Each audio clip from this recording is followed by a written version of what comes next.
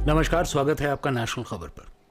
अभी नज़र करते हैं हिंदुस्तान और चीन की जो आपस की इस समय तनातनी चल रही थी, जो अब थोड़ी कम हुई है, इसके ऊपर थोड़ी सी एक पैनी नज़र डाल के देखते हैं कि इनकी क्या वजूहात हैं, क्या कारण हैं कि ये जो हुआ वो क्यों हुआ, और उसके बाद अब जो तब्दीली आई है वो क्यों आई है। जो एक सबसे बड़ी बात आप समझें कि ये विश्व जो है पहले कैसे चलता था।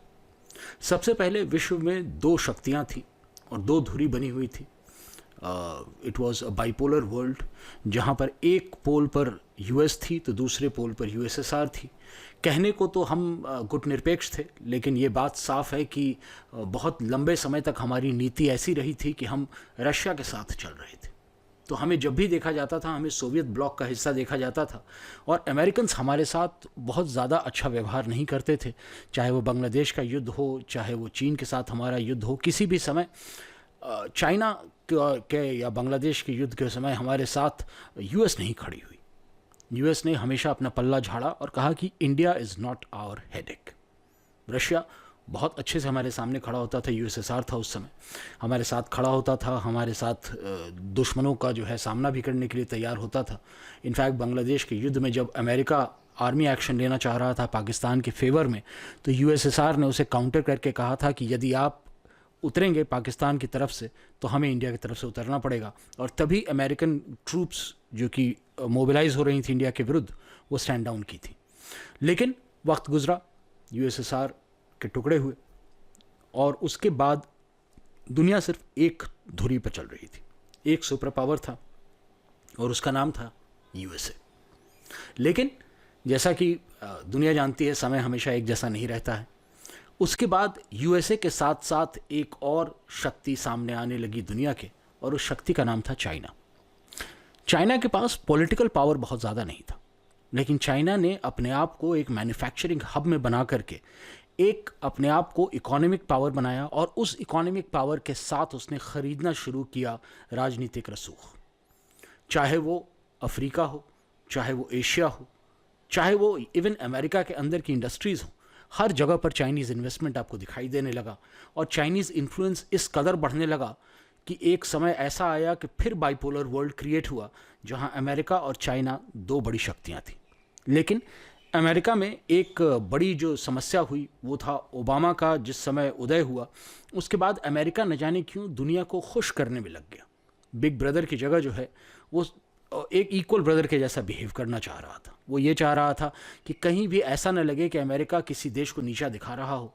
लेकिन हकीकत ये थी कि अमेरिका के उस छाती ठोकने वाली जो एक प्रवृत्ति थी, इसके चलते जो छोटे देश थे जिनको कि अमेरिका का संरक्षण प्राप्त था, वो बहुत सुखी रहते थे, बहुत शांत रहते थे। लेकिन चाइना को जब दिखाई दिया कि ओबामा का अमेरिका जो है वो एक अपोलोजाइजिंग अमेरिका है, अपनी गलतियों के लिए माफ़ी मांगता हुआ अमेरिका है, तो उसने अपनी गतिविधियां बढ़ाई। ओबामा के जाने के बाद जब ट्रंप आए तो पूरी दुनिया का जो राजनीतिक नक्शा था वो बदल गया। अचानक अमेरिका लीड करना, जो थोड़ा बहुत लीड कर भी रहा था ओबामा के समय, वो लीड करना उसने बंद कर दिया। हालांकि ओबामा के समय आर्मी में लीड करने के बजाय वो सॉफ्ट चीज़ों में लीड कर रहा था, जैसे कि प्राकृतिक चीज़ें हुई या रिन्यूएबल एनर्जी हुई या दो देशों के बीच में मिलाप कराना हुआ, इन सब चीज़ों में वो ज़्यादा बिजी रहते थे।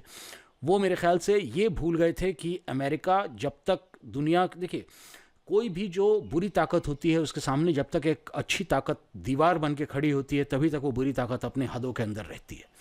सद्दाम हुसैन बहुत बुरी ताकत थे, लेकिन उनसे भी बुरी ताकत खड़ी थी उनके सामने, इसीलिए वो एक दीवार की तरह खड़े थे। उनके हटने के बाद आईसिस आया, क्राइसिस आया, लेकिन लोग उनका महत्व तब तक नहीं समझ पाए जब तक वो थे।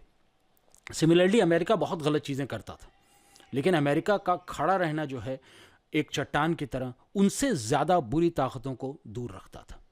लेकिन वो ख़त्म होते के साथ अब क्या हुआ, अब ये हालत हो गई कि एक माहौल जो बदला, चाइना का जो उदय हुआ ट्रंप के चलते, जो दुनिया में अनसर्टेनिटी हुई, अब फिर यूनिपोलर वर्ल्ड यानी एक धुरी की दुनिया बनी, और वो धुरी थी चाइना। इनफैक्ट चाइना के दिमाग में ये धुरी बन चुकी थी, हालांकि अभी तक जो है बाकी लोगों के दिमाग में वो चीज़ें नहीं थी। आगे बताता हूँ मैं आपको। अब आज के ज़माने में अगर देखा जाए तो चाइना ने कई ऐसे कदम उठाए जिसके चलते चाइना की जो अपनी एक पॉलिसी होती है, विदेश नीति जो उसकी है, वो साफ़ हुई। और उसका एक कदम था कि हर वो इलाका जो कि दूसरा देश पेट्रोल नहीं कर रहा हो, जो खाली पड़ा हो, चाहे वो समुद्र का इलाका हो, चाहे पहाड़ी इलाका हो, चाहे बर्फीला इलाका हो, वहाँ घुस जाओ। और एक बार घुस करके जो है अगर 6 महीने साल गुजार दिए तो उसके बाद वहाँ से निकाल पाना किसी के लिए बड़ा मुश्किल काम होगा। ये चीज़ें उसने साउथ एशिया सी में भी दिखलाई, साउथ चाइना सी में।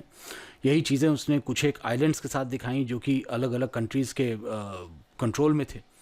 और यही चीज़ करने की कोशिश की उसने तिब्बत में और अरुणाचल के पास। बाकी देश जब तक रिएक्ट करते तब तक बहुत देर हो चुकी थी।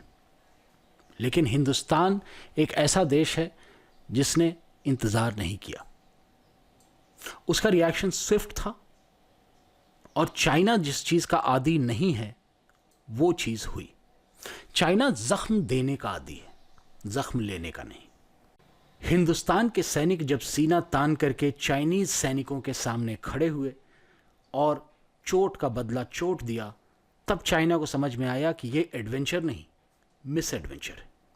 और तब तक ट्रंप की सरकार थी। ट्रंप की सरकार ने साफ कर दिया कि वो हिंदुस्तान के साथ खड़ी है।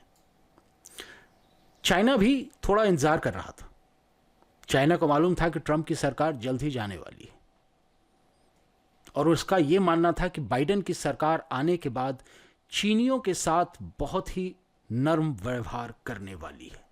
किंतु बाइडेन भी जो है एक मंझे हुए राजनीतिज्ञ हैं। वो इतने सालों से विदेश नीति को देख रहे हैं। ओबामा के दौर में देखा, उससे पहले भी वो बहुत बार जो है फॉरेन कमेटी में बैठे हैं। और उसके चलते क्या हुआ, उनके आने के बाद भी चाइना को कोई कहा जाए कि सहूलियत नहीं मिली। इसलिए चाइना के पास अब कोई रास्ता नहीं था सिवाय इसके कि वो अपनी ट्रूप्स को विड्रॉ करे। और यही हुआ। इसमें एक सबसे बड़ी बात क्या है कि अगर हिंदुस्तान भी बाकी देशों की तरह एक कदम पीछे हटा लेता या बोलता कि चलो 6 महीने और इग्नोर कर दिया जाए, तो वैसी परिस्थिति में चाइना का जो प्लान था वो पूरी तरह सक्सेसफुल हो जाता।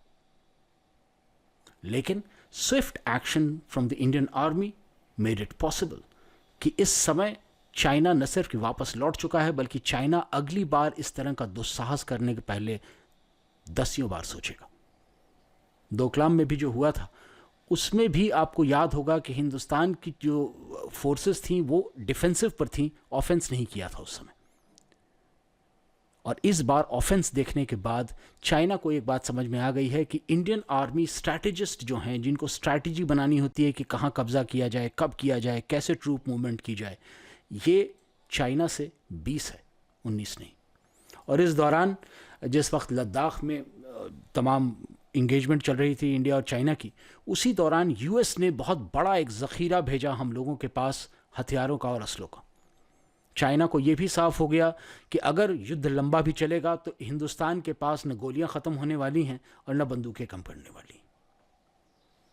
ऐसी हालत में चाइना एक बात समझ चुका है, हिंदुस्तान वो रोटी नहीं है जिसे कि वो तुरंत काट खाए। हिंदुस्तान इस वक्त एक बहुत ही मजबूत स्थिति में है और इसी मजबूती की स्थिति से बात करनी है चाइना के साथ। मैं आमतौर पर जो है किसी भी व्यक्ति के विरुद्ध या बोलना पसंद नहीं करता, किंतु मैं इस वक्त एक बात ज़रूर बोलूँगा। शी जिनपिंग जो हैं वो एक ऐसे मुगालते में चल रहे थे कि हिंदुस्तान किसी न किसी तरह से उनसे कमज़ोर है, लेकिन अब उन्हें इस बात का एहसास हो चुका है कि भारत की जो विदेश नीति है उसमें अब कठोरता आ चुकी है। हिंदुस्तान की सैन्य नीति जो है वो अब डिफेंस की जगह ऑफेंस में भी बिलीव करती है। उसे ऐसा लग रहा था कि पाकिस्तान के साथ तो ऑफेंसिव कर लिया, मेरे साथ नहीं करेगा। लेकिन हिंदुस्तान की सरकार ने कुछ और ही रंग दिखाया है। मैं आपके पास हिंदुस्तान और पाकिस्तान की जो स्थिति है उसे लेकर के भी आऊँगा एक दूसरे वीडियो में, तो आप सब्सक्राइब कर लें चैनल को। और हाँ, अगर आपने अभी तक जो है इन वीडियोस को शेयर नहीं किया है अपने दोस्तों के साथ तो प्लीज़ शेयर भी कर डालें। धन्यवाद।